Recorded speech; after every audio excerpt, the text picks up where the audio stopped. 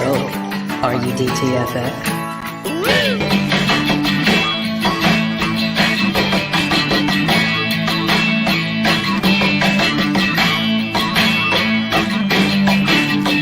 Once again, here is Drinking and Talking Fantasy Football with your hosts, Dustin Lunt and Jake Trowbridge.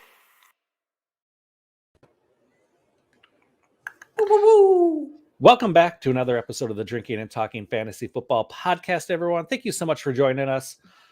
As always, another terrific episode we have for you this evening. No, we are going back. We're going into the Wayback Machine, way back to August of 2021.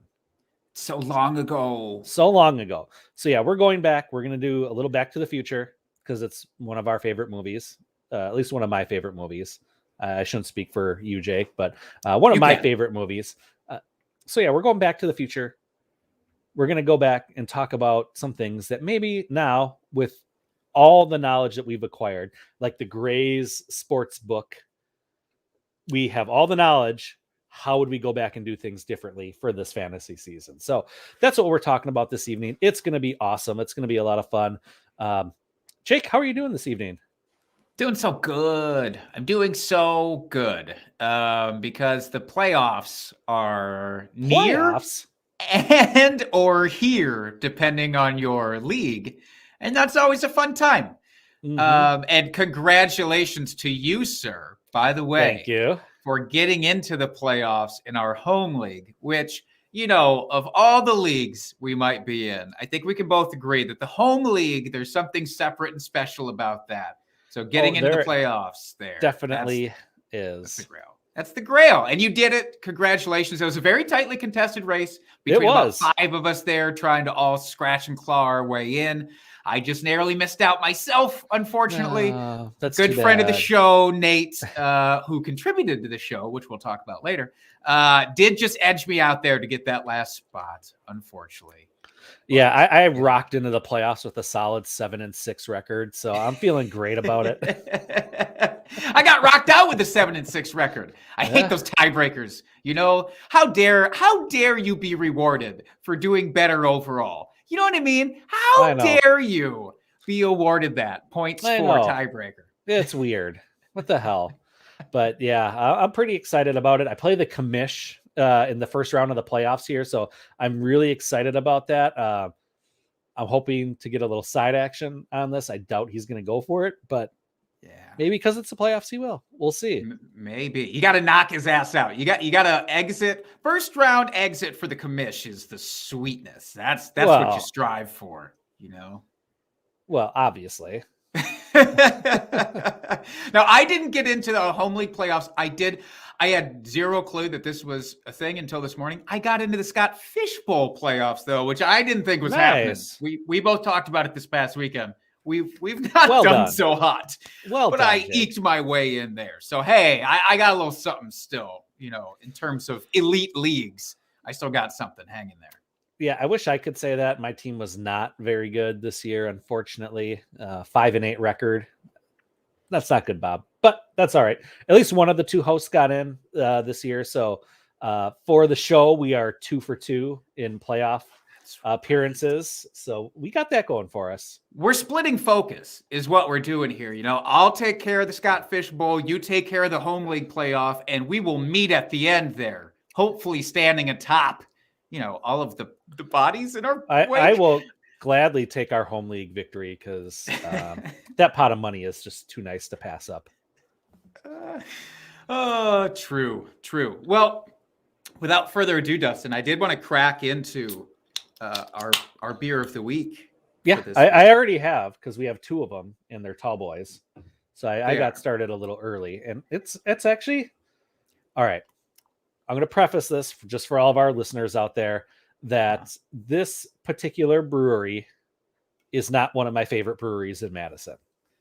They've typically done beer probably that I could do better. I'm not trying to brag here, but it's just not very great beers. I think you would agree with me, Jake.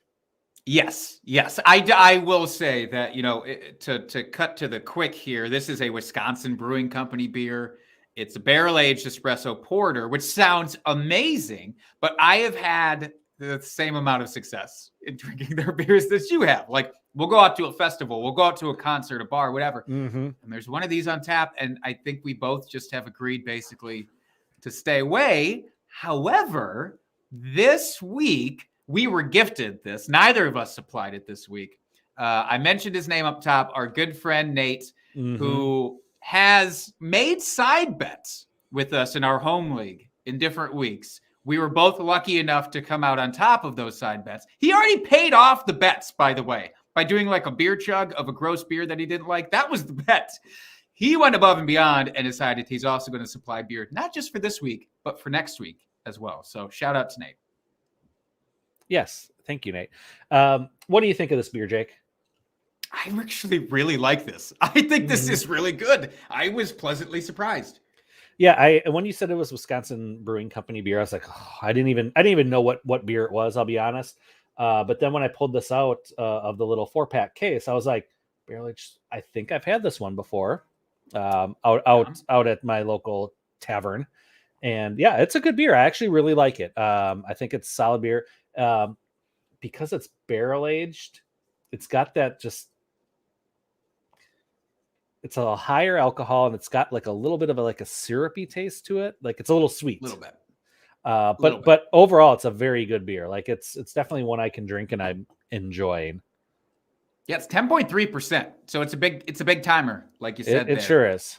And with most beers of that content, there's going to be a little bit of that syrupiness when you're talking about the barrel aged thing. So I almost expect it. It's just an amazing surprise when it's not there. Yes. But I expect it now. But this is really good. I mean, of all the beers that I've had from them, exactly, this is 100% the best. Absolutely. So well done, Wisconsin Brewing Company. I'll give you 4 out of 5 stars. Wow. I thought you were still going to do like a begrudging, like 3-star, like, well, it's not terrible. I thought about doing like 3.5, and I'm like, you know what? It's better than that. Give them credit. Yeah. Stop being a label snob. That's Dustin. right. And me. I mean, I've had the same thoughts, so I can't say anything. Yeah. I'll give it a 4.25. That's how much. I like 4.25. Nice. Yeah. So a total of 8.25 stars out of 10. Not a bad rank. Yeah, that's pretty respectable, I think. All right, Wisconsin Brewing Company, keep doing good beers like this, and we will keep drinking them and giving you props on our show. Or you can become a sponsor. That'd be awesome. The biggest of all prizes. That's the right. elusive DTFF sponsorship, only allowed to a few. Now, what was less respectable than this beer, would you say, is the beer bet that we made last week? What's wrong with our beer bet? It's icky. It's icky, Dustin. Now you don't think so because you won. Well, of course. I hate in retrospect everything about this beer bet, because what it was, as a trip down memory lane here, was Brandon Cooks versus Michael Pittman, but it wasn't fantasy points. It was receptions, straight up receptions, and that's a dirty, gross bet to make. I just want to say that. I know I've done it to you in the past, but it doesn't excuse you for doing it now to me. And Cooks got whooped. Cooks got the treatment of like Deebo Samuel the last couple of healthy weeks, where he was running more than he was catching balls. And so he only caught 3. Pittman caught 6. You, of course, won. Of course. And for that, you should feel something, I suppose. It's smugness. That's the word you're looking for, smugness. Yep, there's our smudgeness. So because of that, I will be paying off this beer bet here. Now I'm treating myself to some nice honey bourbon, some nice small batch honey bourbon. It's nice. Blue Ash Farm. I am going to treat myself. It's Blue Ash Farm bourbon, and it is from Gurnee, Illinois. Oh, across the border. Of that city. It is. So without further ado, Dustin, you are a fantastic fantasy analyst, prognosticator, and genius. Cheers. Thank you. Ooh. You know what? I think I won that bet too. That is fucking tasty. That's not a shot liquor there. That's more of a sipper. I feel like I disrespected it by doing it as a shot. That should have been savored. Yeah, instead I glugged it down like an asshole. So now you know for next time. That's better than that gross vodka I'd been using. This is a true story. Well, should we give an update? I'll give an update on the rest of the season-long beer bet we've got going on, just to let the folks know where I stand on this one. So it was the Cortland Sutton bet for all you out there that Jake said he's going to score less than 11 points per game the rest of the season. I took the over because that's my guy. I'm planting my flag. I'm there. 3.5 points this week. Could you say that one more time? I didn't catch that. 3.5. God damn, that sounded sultry. How are you feeling at this point? Not good, Bob. Not good. He's got a little work to do here to make up the ground because it's just an average of 11 points per game for the rest of the season. So hopefully he busts out like a 40-point week here, and we'll make up for everything else. Let me ask you this. Do you think from this point forward, he can average 11 per game? Like disregarding week 13. Do you think that from here on out, he can average 11 points per game? I'm trying to look up their schedule here. Does it honestly matter with him? Do you think? Yes. Okay. All right, because it hasn't mattered the last 6 weeks. I'll tell you that. He's had some okay matchups, and he hasn't done anything. There's the Broncos. So we've got Detroit, Cincinnati, Vegas, Chargers, and KC. Couple of good matchups in there. I say not bad matchups. Could he do it? Yes. Am I confident? No. There's always that possibility. But I don't think he's going to do it. I'm not going to concede defeat at this point. I'm like a stubborn politician. I'm not going to throw in the towel until the last dying breath. But yeah, it's not looking good. So you're not willing to call him droppable yet at this point. If people have him on their rosters in redraft, you're not willing to call him droppable yet? Is that fair? I guess it depends who's out on your waiver wire. I mean, because you are in the playoffs. And Cortland Sutton has not really shown much when Judy has been active this year, which has been very disappointing. So I wouldn't say he's droppable, but if you have better options out on your waiver wire, then yes, I would think you could drop him for your fantasy playoffs here. Yeah. If you've got some, stud out on your waivers like Devonta Parker, then go ahead and pick him up. But honestly, I think Parker is a better play the rest of this year if he's healthy. It's sad that it's come to this. It very well could be. He finally realized that Parker finally realized he's got to play for a contract for next year, so he started to play again. Yes, well, all right. I guess it's healed enough. Let's get back in there. Let's lock down that contract. All right, we've been in the doldrums enough here. Do we want to get to the bright, shiny spot of our episode? Yeah, our drunk trade of the week. Let's do it. Drunk, hammered drunk. Drunk trade of the week. Comes from Reddit once again. Reddit user entertainer number 7528.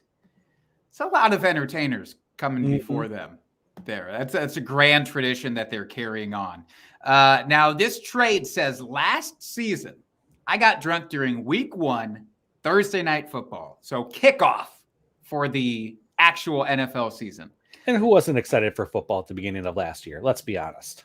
Remember those times? Remember the sheer joy. We were just excited. We didn't think we were going to have football. So yeah, I was probably drunk too at that night. We did it. That was like our mission accomplished banner was week 1 of the 2021 season. Yep. Or 2020 season. But in any case, they say, I decided I wanted to get a more dependable wide receiver 3. Okay. So before any games have been played here, wanted to get a more dependable wide receiver 3. So I traded Keenan Allen and James Robinson for Terry McLaurin. Full stop. Well, partial stop. Before I get into the rest of the explanation here, what do you think about the trade? It's easy looking back in hindsight to this trade, saying it's not a very good trade because Keenan Allen did Keenan Allen things. He's always underrated. And then James Robinson was a stud out of nowhere. So, yeah, looking at it now, hindsight, very, very lopsided and not a good trade at all. It's too bad because I understand where the thought process was. So I'll let them continue explaining, though, here. Just for some context, thinking that Tyrod Taylor, who was then the Chargers quarterback, if you recall, he was the week 1 starter, would hold the job for at least half the year, and the Jags would have some ugly-ass running back committee. Of course, the Chargers doctors tried to kill Tyrod, allegedly. I'm putting that in there. Reddit user did not. And the other supposed head of the backfield for the Jags, who was Raquel Armstead, missed all of last year with COVID. Here's the kicker. The dude that got the trade, that got, Keenan Allen and James Robinson, would have won the title if he didn't run into Alvin Kamara and his 6 touchdowns. There's a lot of folks facing that buzzsaw last year. So if there's any solace for you, entertainer, it's that he didn't win the championship because of your dumbass trade. That's true. So look at the bright side. If I was this person, I would have absolutely tried that. Well, I wouldn't say I would have necessarily done it because I didn't love Terry McLaurin and I love some Keenan Allen, but James Robinson wouldn't have been the big factor in there for me. Right. Come on. Was anybody really projecting him as a top 10 running back at the end of the season? No. Oh my God, no. I mean, holy hell. So I think it was a reasonable trade to be done at the time. It's just, it didn't pan out. It definitely did not, which is real sad for him. Real sad. This was a good story trade, though. We haven't had some story time trades. Absolutely. So I like it. Keep sending them in. Obviously, send them to us on Twitter at Drinking Fantasy, at FF Dusty Dog, at Jake Trowbridge. Just get them to us. We love them. Absolutely. All right. Before we go full on DeLorean and gun this thing to 88 and go back to the future, this week's episode of Drinking and Talking Fantasy is brought to you by Poor Richard's Farm 100% beef snack sticks. You like beef? I bet you do. Do you like football without beef? Yeah, then you'll probably love football with beef. So I'm saying go over to poorrichardsfarm.com today. Stack up on these delicious beef sticks. We've got so many good flavors. There's the teriyaki maple. There is the Tex-Mex mesquite, our personal favorite here on the show. And there's not a bad flavor in the bunch. Head on over there now. You get free shipping if you buy at least 3 packs of these things. You're going to want at least 3 packs. Go to poorrichardsfarm.com today. That's right. Do yourself a favor. Your mouth will thank you. All right. So let's go back to the future. So the whole premise here, Jake, I know I spelled it out in the beginning, but we'll give a real reiteration here, is knowing what we know now, how would we make changes to what our fantasy football philosophy or drafting or anything for this season, taking it all into account, what we would go back and do differently. And maybe are these some things that we should remember for draft season next year? Bingo. So why don't you start us off here? Yeah, I'm going to get these stitched into a throw pillow so that I do remember them for next year because, we did this episode last year. We did. Did I remember any of the things that we talked about and apply those to this season? You bet I didn't. You bet I didn't. So this year, I would, and hopefully will, going forward, factor in the track records of coaches when I am drafting my players, when I am setting my lineups on a weekly basis. Yes, this is a Matt Nagy comment. I got wrapped up. I shouldn't laugh, but it's all you can do at this point. There is always this fallacy. It gets talked about a lot, and with good reason, of rational coaching. We assume that all coaches know better than we do and are good enough at their jobs. That worse, they're not just going to wreck everything. And they're not going to at least wreck our fantasy hopes and dreams. Because why would they do that to us? However, we've seen time over time, and this year it feels especially true, that coaches get in the way, not just of our fantasy teams, but of themselves. They get in the way of their teams actually doing good things. I said it's a Matt Nagy comment. There are plenty of other coaches that could be thrown into this. And it's not always negative. It's some things that we should be thinking of that maybe we don't. A classic example, Bill Belichick and his running backs. We know that. We think about that all the time. We say, well, nobody in that backfield is going to be a workhorse because we know what Bill Belichick does. Mm-hmm. And you can fixate on that because it's such an old truth, but there's all these new truths that come out that we don't actually care about. I think one of those two is Kyle Shanahan and the fact that we really don't know what in the fuck he's going to do on a weekly basis. We just don't. And sometimes that works out well if you are, let's say, a Deebo Samuel fan, for example. Then that works out for you because it goes against what a lot of the popular beliefs were, that Brandon Ayuk is going to be this crazy target hog. And obviously it didn't happen. And as much as I'd love to say it was just us being really smart about Deebo, I think that's only about 70% true. I think the other 30% is he irrationally put Brandon Ayuk in the doghouse, or at least to us, irrationally. Right. We don't know what went into it. It didn't seem to be anything on the field that did that. Yeah, he had a couple of drops. Who doesn't? But he got shelved, and then it was like Deebo all the time. I mean, I think that had to have even surprised you a little bit, right, Dustin? Yeah, I didn't expect him to be the target hog that he has been this season. So yeah, that was a surprise. I expected him to be the main target, but I thought, I didn't expect Kittle to be hurt either this year. Sure. For those handful of games. I mean, there's a lot of factors that helped boost my call here with Deebo, but yeah, I mean, I expected him to be the number one target on the team. I just didn't expect it to be by this far and away. Yeah, I mean, same. Our whole bet, which you have won, let me just announce it now. We'll re-announce it later, but you won our beer bet about Deebo Samuel. We both believed he would be better than Brandon Ayuk, but you believed it would be a much wider gap than I did there, and you absolutely nailed that one. But I will say, things like Brandon Ayuk, people were sticking around on him for far too long after Shanahan had already showed us that I'm being irrational and I'm just shelving Brandon Ayuk for the first half of the season. But you cling to these things because you assume the coaches will wise up and start using the player that you believe should be used. And it just doesn't always happen. So I need to categorize that in my dumb fucking brain and hold on to it. Yeah, rational coaching does not exist. It's a fallacy. Unless you're, I mean, there are some rational coaches out there, right? I don't know. Have to be a few. I feel like whenever you think that a coach is going to do something you expect, they just don't do it. So that's why I say that.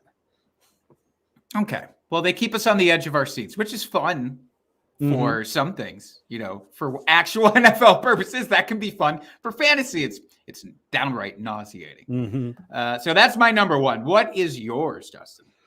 Mine is running back depth matters. I've gone. I traditionally, when I draft, I draft heavy wide receiver because there's so much more value.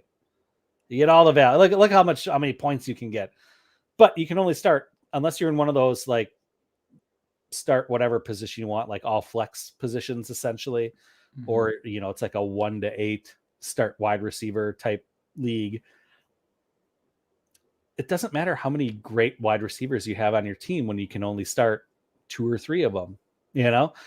This is something that was painfully made clear in our home league this year. I got lucky with one of my dynasty leagues as well, where I didn't have a lot of running back depth.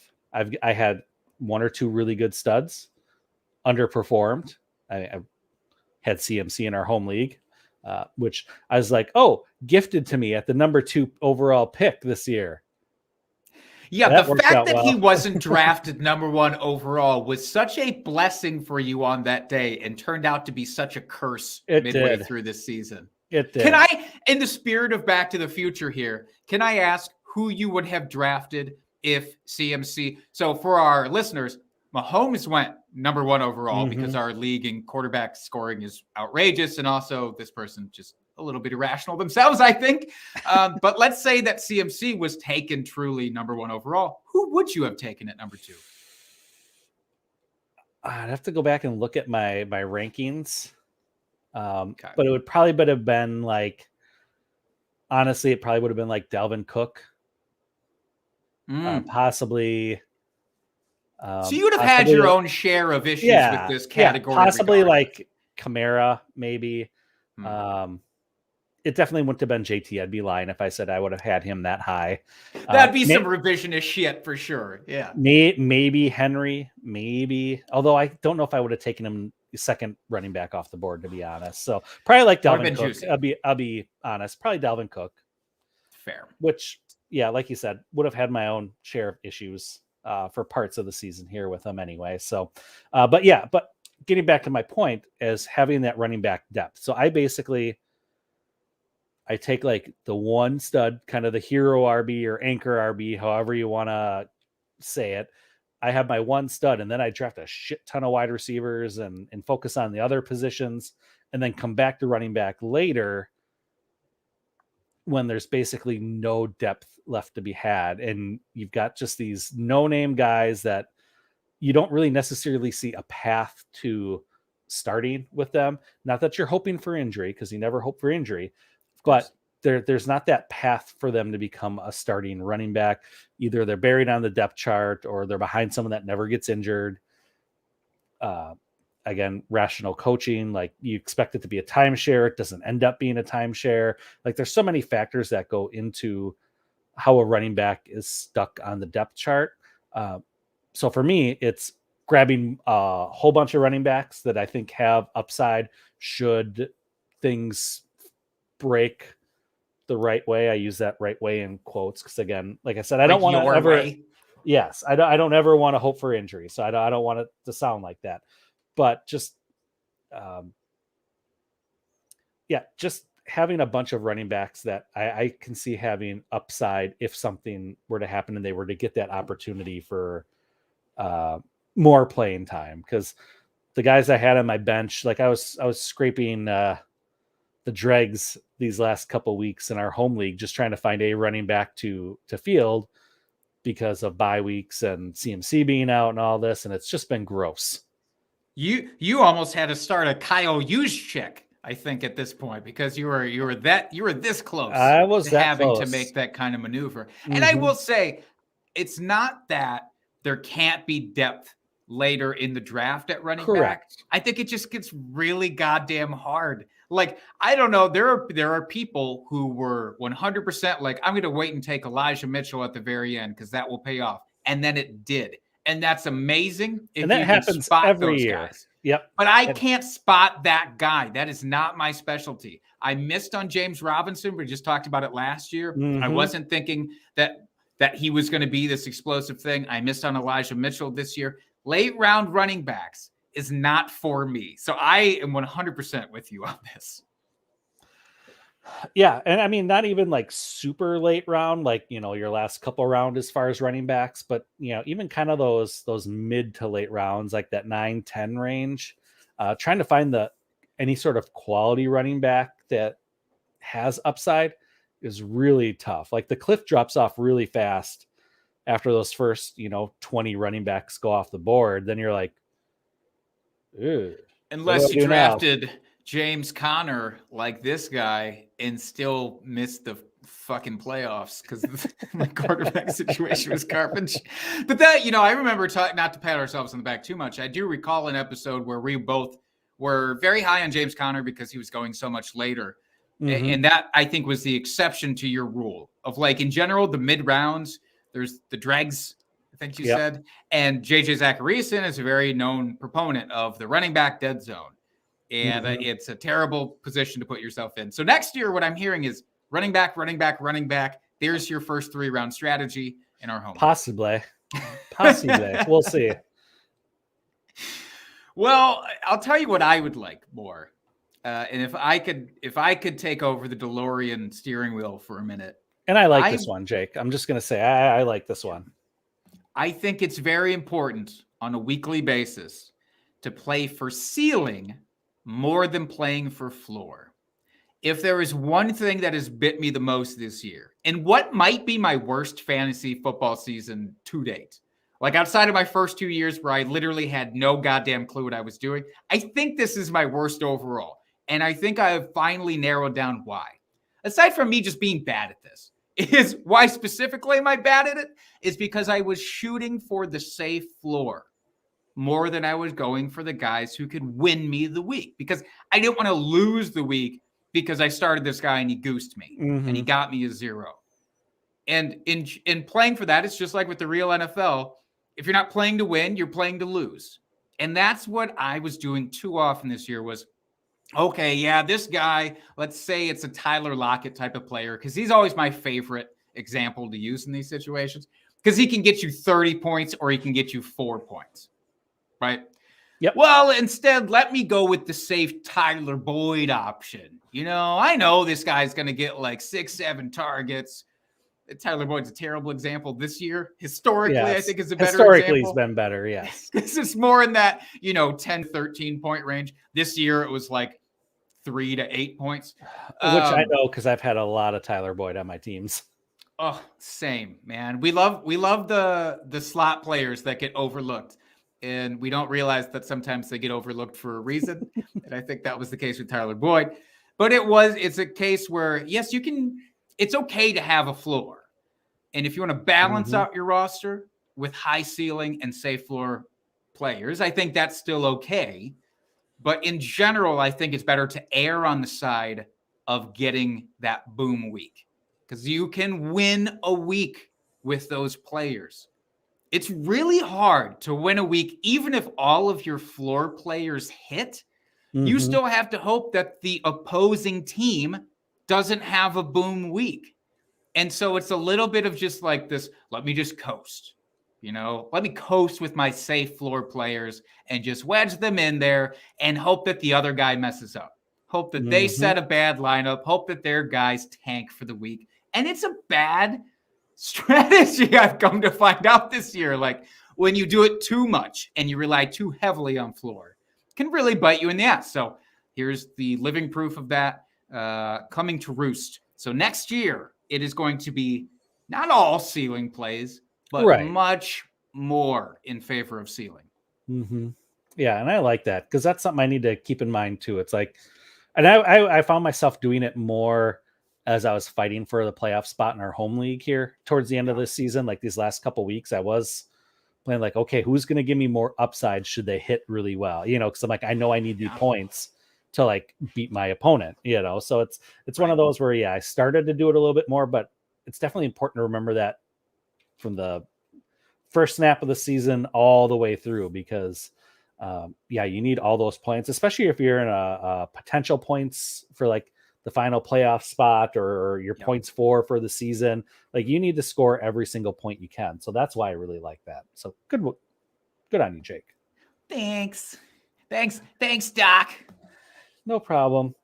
All right. Well, actually, you're Doc in this situation. Oh, I didn't realize I was allowed to be Doc. No, didn't you see Doc you didn't even see the Twitter, the post on Twitter that I did, or I did see it. You were. I apologize. I apologize for not paying more attention to the show poster, as I like to call it, which is not the correct term. I know. No. But. Anyway, moving on. So. The next one I want to talk about is cutting bait on players. It's one of those I like to hang on because I feel like I always draft my team, and it's my team. These are my teams. I drafted them. I want to hold on to them. They're my little buddies. I got to just hold them tight. I don't want to let go. I don't want to let go. I'm like a crazy girlfriend or boyfriend because we don't. So you hold on tight. I don't want to let go, but you just got to let it go. You just got to let it go. Sometimes you got to cut bait on players. Let it go. So I wasn't going to go there. Way to bring this down. Can't hold it back anymore. Sorry, man. You did this to us. I won't even take the blame. You set me up and I teed it. You teed it up and I knocked it. That's what happened there. Anyways, proceed. Right. So my train of thought was cutting bait on players. I got there. I did it. So yeah, it's just cutting bait on players sooner that aren't performing. For instance, I'll give you one real hypothetical scenario. Marquez Callaway had this amazing preseason. Him and Jameis were just on fire. I drafted him in a league fairly late. It's not like I spent an early round pick on him, but he was probably like my 6th wide receiver. Because again, I love my wide receivers. And I was like, oh, this guy, he's going to hit. I mean, look what he did in the preseason. He was amazing. He's going to be like my sneaky sleeper here that I got at a really good value. And he just sat on my bench all year. Wasn't usable one single week. I finally dropped him last week to make up for this running back debacle that I had. 12 weeks it took to let go of the hype on Marquez Callaway. It wasn't the hype. It was more like someone's got to catch balls on this team. Why isn't it him? And it just wasn't for whatever reason. So yeah, you just got to learn to, you got to know when to fold them, as Kenny says. You just got to know when to walk away and leave the table. You just got to push in your chips, be like, I'm done. Get the fuck out of here. Kenny does say that. In fact, I think that was a cut line from the song was, I got to get the fuck out of here. It was. I have my own example that I'd like to contribute here in honor of this really solid bit of advice that I will absolutely forget by week 3 next season. I guarantee, because it's a personal. It's too personal. Like you said, you're drafting these players because you believe in them. You don't want to believe that you are wrong. You want to believe that they will still prove you right in some way, and contribute. But Brandon Cooks was that guy for me. He came out so strong this year. And he's amazing. The first 8 weeks, he looked like it was the smartest thing I'd ever said was Brandon Cooks is going to be, a top guy this year. And then he crashed. And he crashed so hard and it happened so fast that I was just like, it's a fluke. It's totally a fluke. Okay, well, one down week. Okay, single digits. You can recover from that. And then, Tyrod Taylor is now his quarterback. He's going to be fine because Tyrod Taylor is a better quarterback than Davis Mills. He's going to be fine. And he wasn't fine. And then the next week, he wasn't fine. And then the next week, it's like, that was usable, but that's not very good. And I couldn't accept it. And now I still have Brandon Cooks on this roster where I am out of the playoffs now. It's like, maybe if I'd cut bait a little bit sooner, maybe. I could have added somebody that was actually going to be a bigger value down the stretch. And I think to add to your point, it doesn't matter what time of the year it is. It doesn't matter how far along in the season is. This is still good advice, whether it's week 2 or week 12. Yep, absolutely. This one stings for me. I want to talk about this is sort of my last grievance that I want to, because that's really all this is. The show is just masked grievances of us. We're trying to take our grievances and turn them into an educational opportunity, learning experience for us. And what I need to learn is that no matter how smart I think I am in terms of evaluating rookie quarterbacks and their fantasy impact, I'm probably stupid for drafting them in their first year for non-dynasty purposes. And to be clear, most people are not going to walk into their redraft league where it's a 1 quarterback league and bother with rookie quarterbacks. So for most leagues like that, this is not going to be relevant. But if you're in those leagues, such as our home league, to call that back, where people are always drafting multiple quarterbacks, because in our case, it's just limited waiver wire options. So you kind of have to stock the position in every position. Or maybe you're in a super flex league or a 2 quarterback league. Even in those formats, I am out on rookie quarterbacks. I was a big believer in Justin Fields this year. So another Matt Nagy callback. Why the fuck not? But not even just Justin Fields. I also like Trey Lance because I thought, hey, they're going to eventually need to go to this guy. It might not be right away, but it's going to be like week 4. And then Trey Lance is going to be starting, and won't I look smart having that guy? Now, in our actual draft, I got sniped on Trey Lance by somebody who also missed the playoffs. So maybe there's a connection point to be made there. I don't know. Could be. But even the best looking rookie quarterbacks, in this instance, I think it's Mac Jones, which is kind of crazy. I don't think any of us were calling for Mac Jones to be the most relevant quarterback of this class. Absolutely not. And even he, as a really, really, really good quarterback for the NFL right now, has not been helping your fantasy rosters. But even the ones who aren't good for the NFL but should be good for your fantasy teams have disappointed massively. Trevor Lawrence, it doesn't matter. Urban Meyer, doesn't matter. Bad team, doesn't matter. Trevor Lawrence, he can still win you weeks. No, he has maybe won you a week this year. It's been terrible all over for rookie quarterbacks. And historically, I think I got clouded by a guy like, it's not a perfect example, but Lamar Jackson in his first starting year, Patrick Mahomes in his first starting year. Neither of them actually started their rookie years, but the following season when they got the call. Right. And we've had a number of years here recently where young quarterbacks have done really well. Like Joe Burrow, his rookie season was doing great until he got injured. So I can see where that you'd want to take that upside of like the young stud coming into the league, revitalize the team and the organization. And, I get it. It's easy to fall into that trap, but yeah, and let's be honest, most teams don't get multiple years for their rookie to sit on the bench and learn anymore. It's like, you're a bad team for a reason. So you got a high draft pick to get that rookie. So you're going to play him at least to get the experience. So yeah, most times the rookies do play right away, which is why you want to have them, because you get that upside. But yeah, like you said, it just doesn't happen that way more often than not.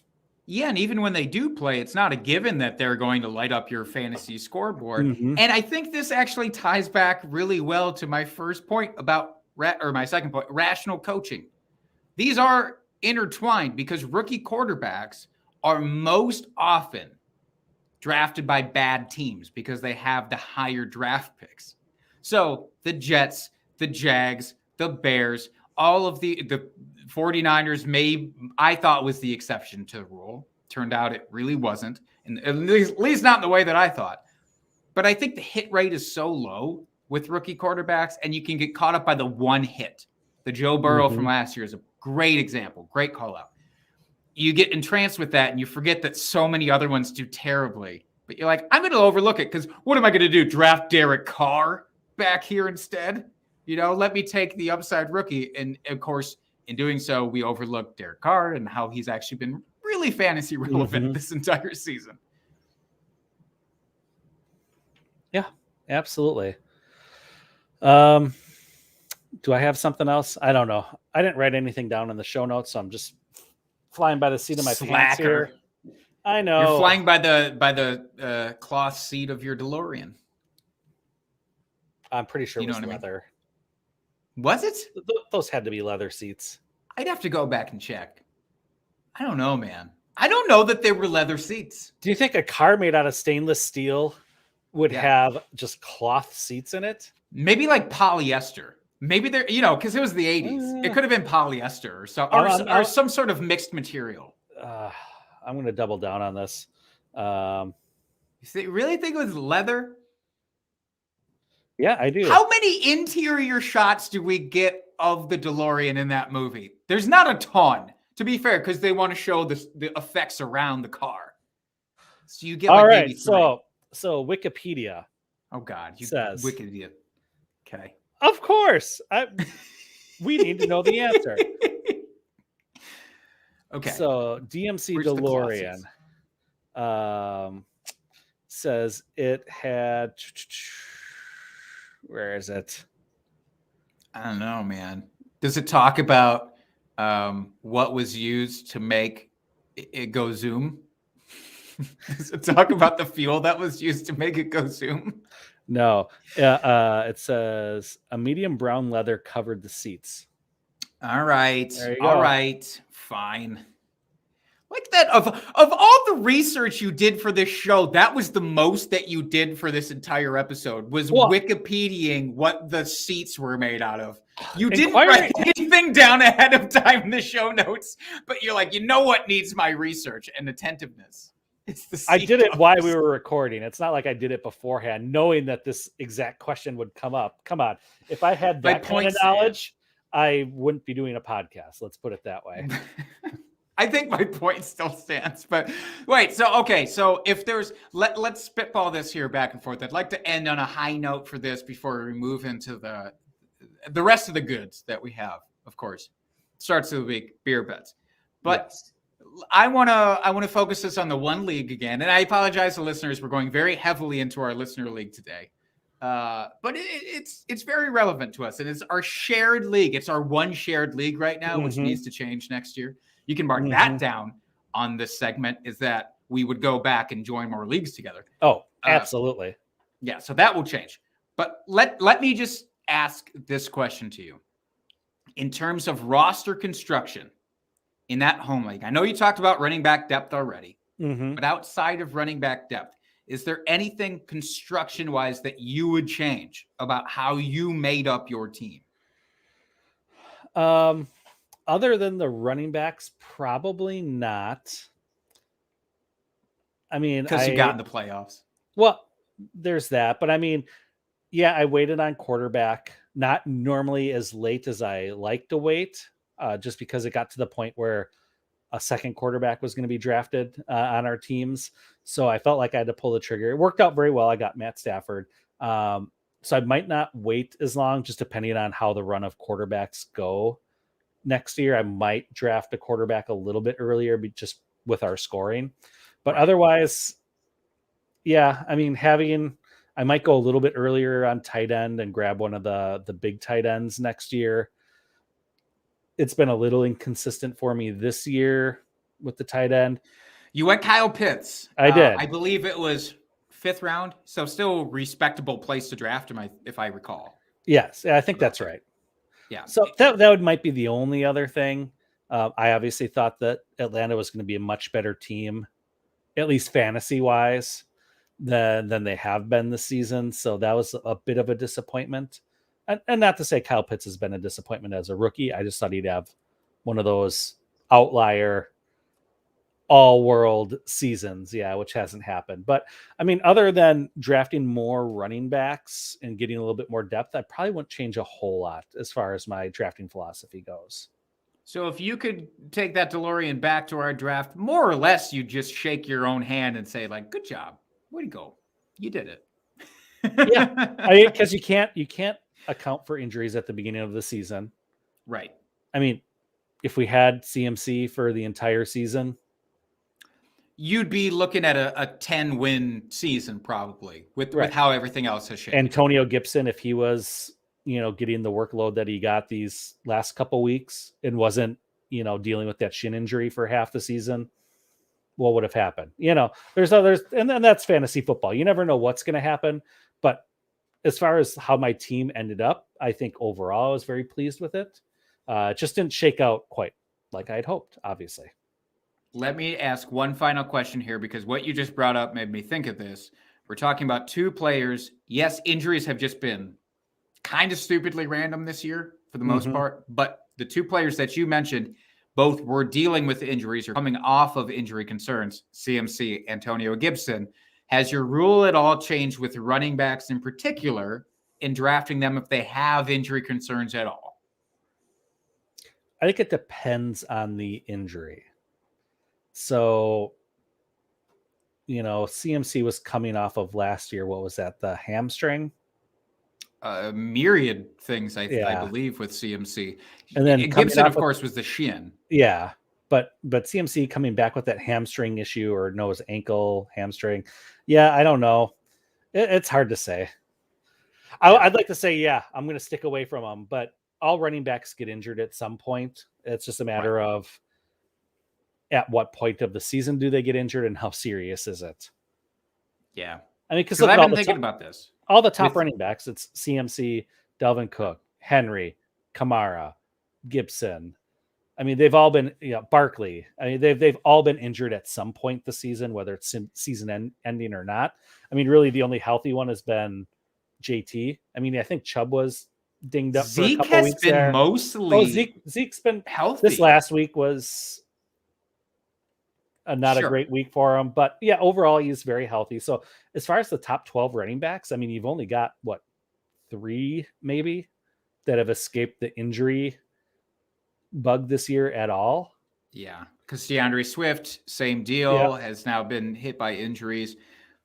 But I will say the majority of these running backs are also guys who have been hurt in the previous season or off season. So it's Derrick Henry, I think, is probably the exception to that rule. It's like he came in looking very healthy. Yeah. And it took him a while to get there, but he eventually got injured like they do. So yeah, it's just something to consider, I guess, something to let ruminate over the offseason as we pop up on that. But we have other things to talk about in this season that don't need to wait any longer. So I think we should do those.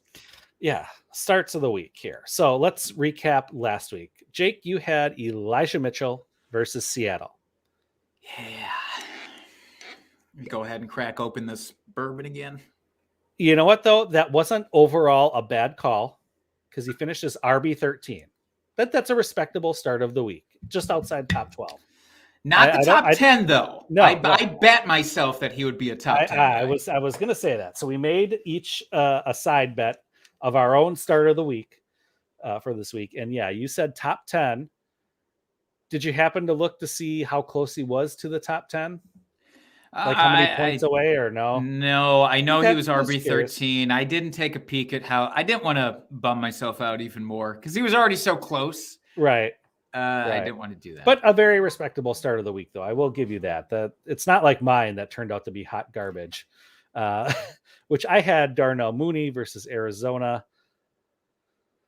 Finished as wide receiver 43 with 7.7 points. I said he would finish in the top 20 of wide receivers, and did not happen.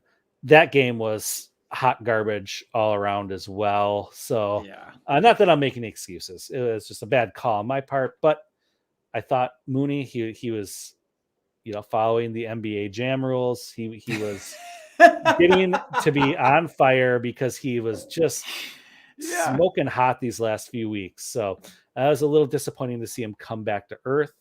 So yeah, I've got my. How do we even address this? Oh, you went back to the old Fireball. By the way, should be a sponsor. Yeah, at Fireball Whiskey. Please sponsor us. I'll include this in our reel to send back over to them just so that they know that we're keeping in tune here. I don't even know how to address these beer bets because we didn't beer bet each other. Here's to trying hard. That's about it. Here's to trying hard and failing. Cheers. That's right. Oh, I keep grimacing like I'm waiting for really bad whiskey to come through, and it's not. It's really good whiskey. Sorry to you. Sorry. Yours is for me? Fireball. Fireball's not bad.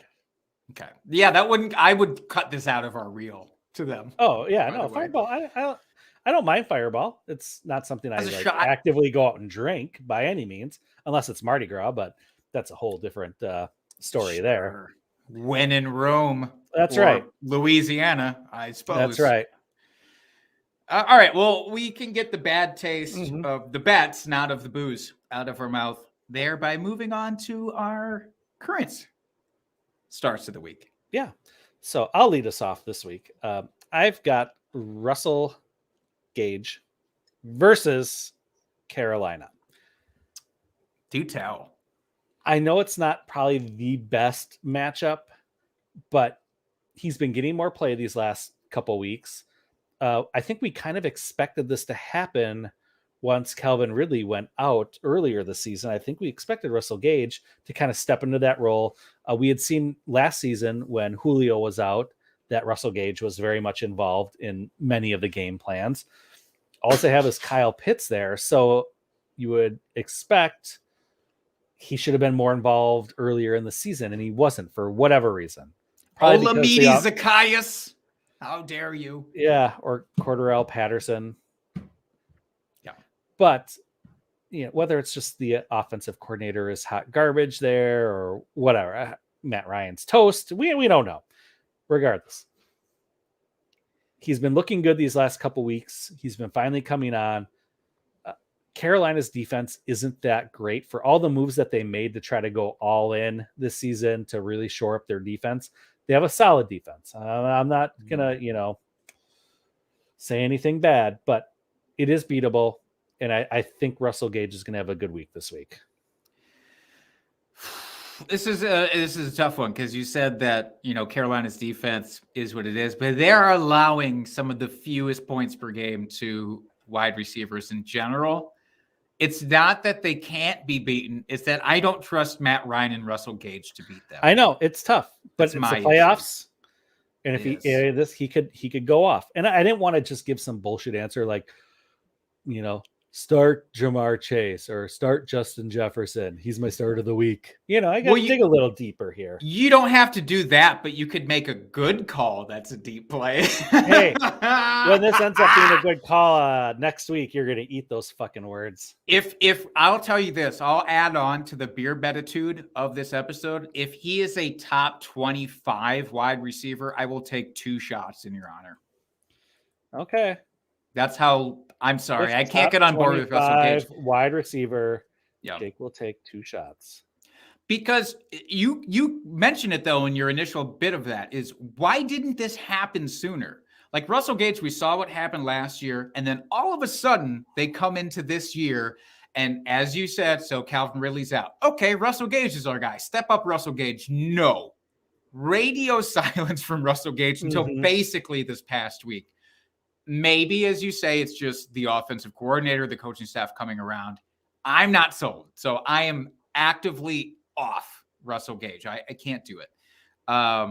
Real quick before I get in mine, and then you can razz mine because it's a terrible name to throw out there. But we do have a question from the chat here. Chase Kastner, what did you make of Sony Michel's boom game? Do you think he takes over as their RB1? Dustin, Darrell Henderson, partly due to injury concerns, was limited this last week. So Sony Michel, he did go off. He had 20-plus points against Jacksonville. Do you think that that's a thing going forward?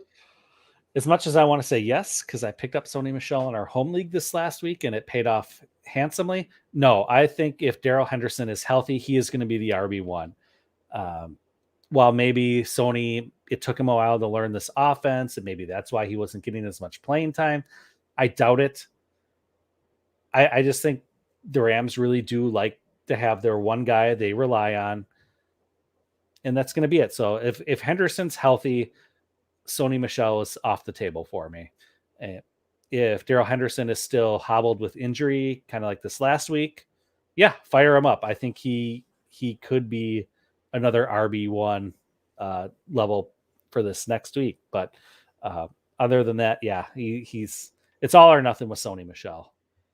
Yeah, I think you have to be really conscientious of what Sean McVay says in these next couple of weeks. Because right now the word is he's non-committal to who it's going to be. I think that's just because is Darrell Henderson healthy? I think if Darrell Henderson was fully healthy, he would say Henderson's probably our guy.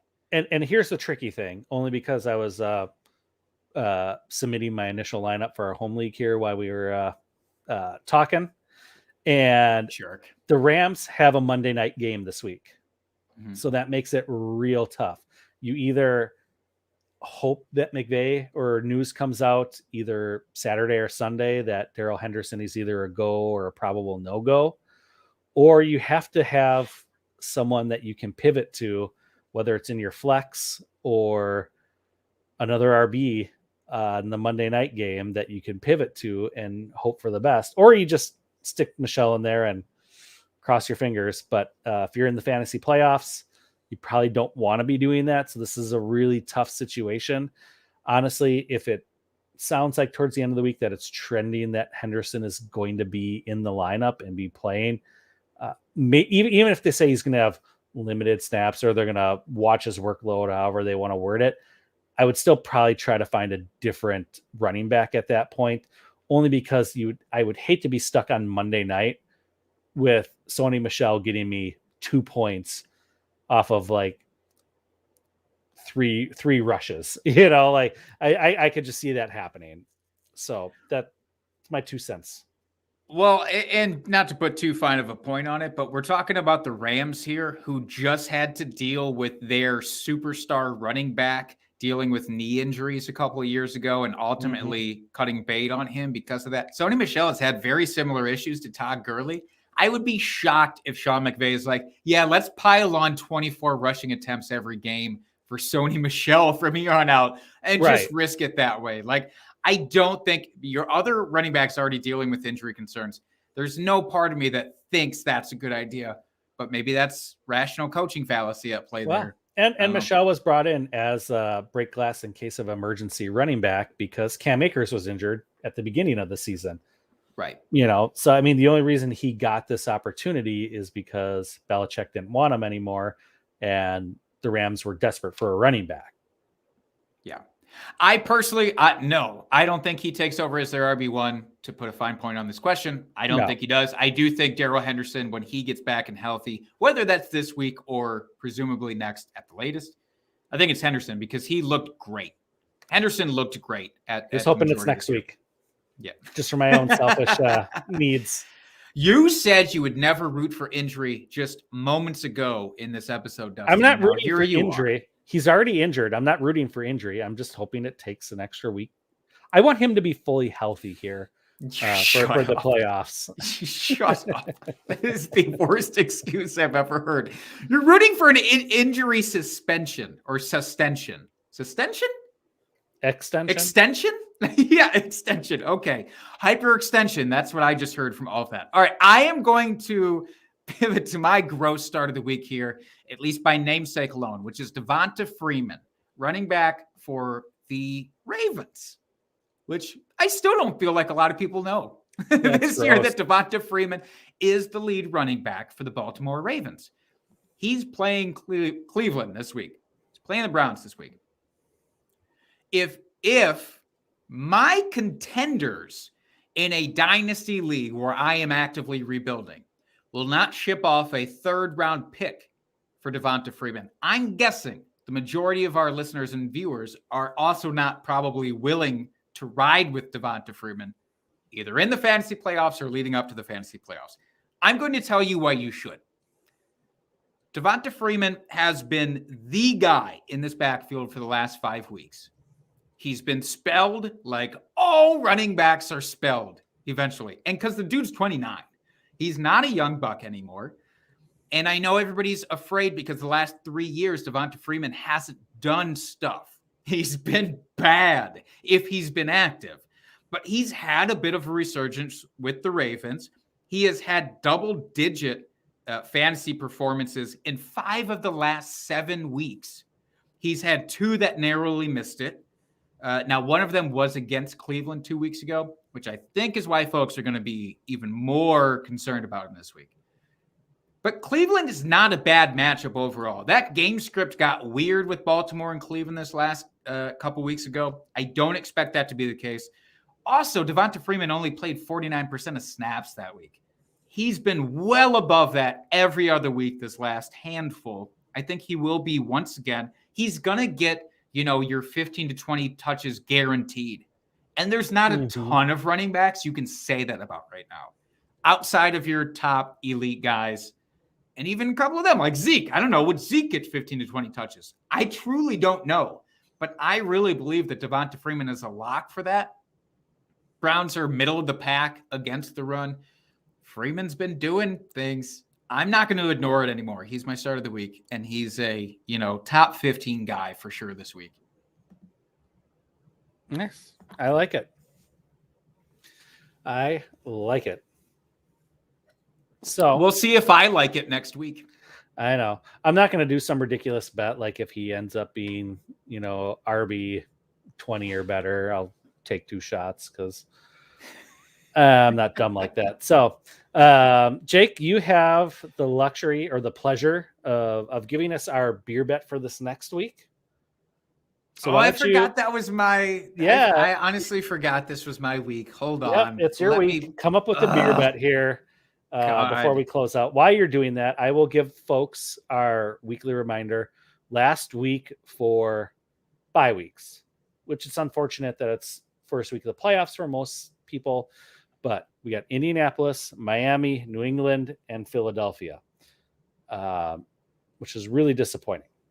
So don't start any of those players. You will not get any points when you need them desperately here for your playoff victories.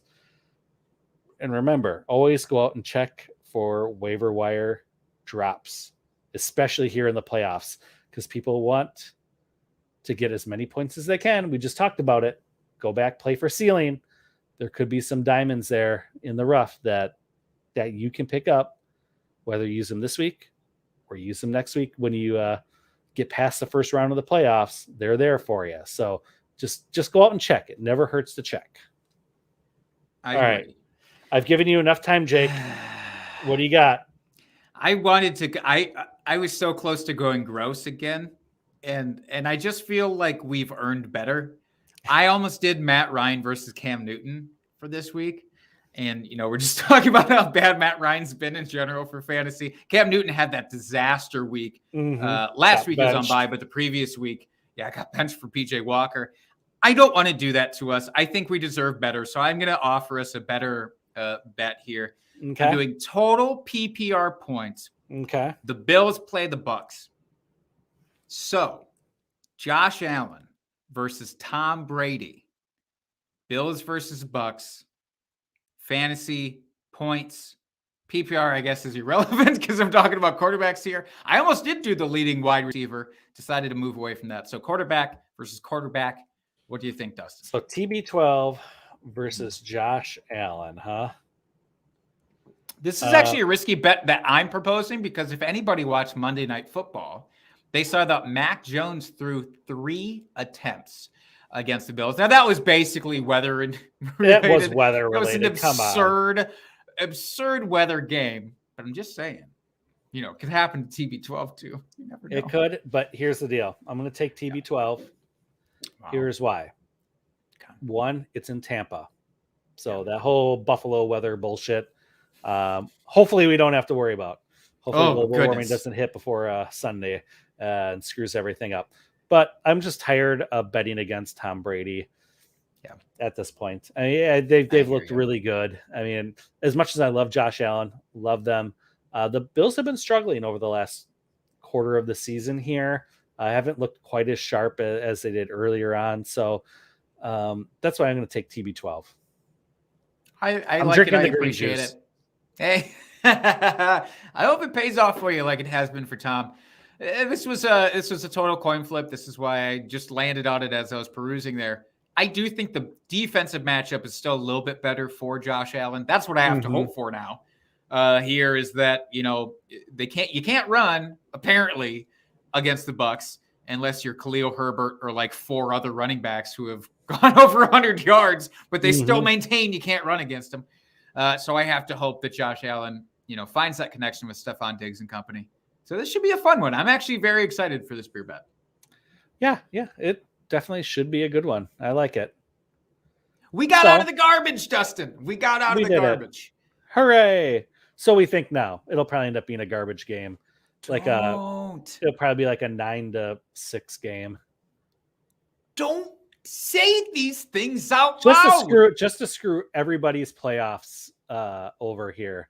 Because that's how the world works. All these fantasy relevant players, which I have Chris Godwin on my team. So believe me, I don't want that to happen. But that's probably going to end up being one of those games. All right. Well, thanks for the downer note, Dustin. God damn it. Well, it's not all puppies and rainbows here in DTFF land. Well, now I hope that both Matt Ryan and Cam Newton go off for like 30 plus fantasy points just to balance this shit out. It probably will happen. Let's be honest, because that's what fantasy does. Honest to God, I could see a world where that happens really easily, because it's week 14 and everything's weird now. So I'm kind of almost banking on it. Absolutely. So I think that just about does it there. Jake, do you have any last comments before we sign off? Last thing I will say, if you are not in the fantasy playoffs yet, because a lot of leagues did decide to go through week 14 this year for the regular season. If you've not done so, heed what Dustin said earlier in this episode. Cut bait on players that are not going to help you right now. Name recognition be damned. Don't be afraid to cut those big names if you have to. That's right. Good spot to leave that, Jake. You can find my partner in crime here, Jake, at Jake Trowbridge on Twitter. You can find our account for the podcast at Drinking Fantasy. Direct any of your questions there. Jake, I think you said that earlier. Hit us up in our DMs, drunk trades, any questions, start sits, trade questions. We are here for you. We do it all. You can find me at FF Dusty Dog, sometimes putting out content, but mostly you can find me here doing the podcast. So that's about it, folks. Until next week, keep drinking and talking fantasy football. Cheers, FFers.